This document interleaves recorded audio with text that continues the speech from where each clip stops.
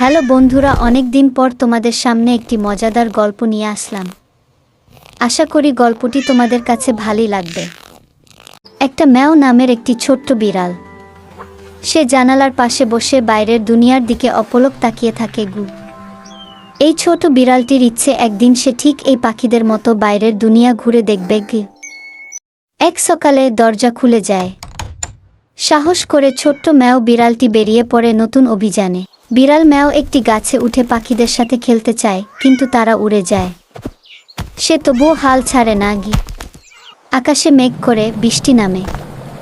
ছোট্ট ম্যাও বিড়ালটি ভিজে যায় আর একটা টিনের নিচে গুটিসুটি মেরে বসে থাকে।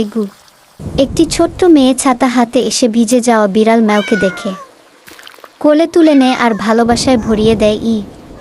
মেয়েটি বিড়াল ম্যাওকে নিজের বাসায় নিয়ে আসে। এখন তার একটা নিরাপদ আশ্রয় আর একটা সত্যিকারের বন্ধু আছে। বিড়াল ম্যাও শান্তিতে ঘুমিয়ে পড়ে। সে বুঝে গেছে সাহস দেখালে ভালো কিছু হয়। আজ থেকে তার নতুন জীবন শুরু। বিড়াল ম্যাওর এই গল্প এখানেই শেষ নয়। তুমি কি ওর পরের অভিযান দেখতে চাও? তাহলে কমেন্ট বক্সে আমাকে জানাও। সাবস্ক্রাইব করতে ভুলো না।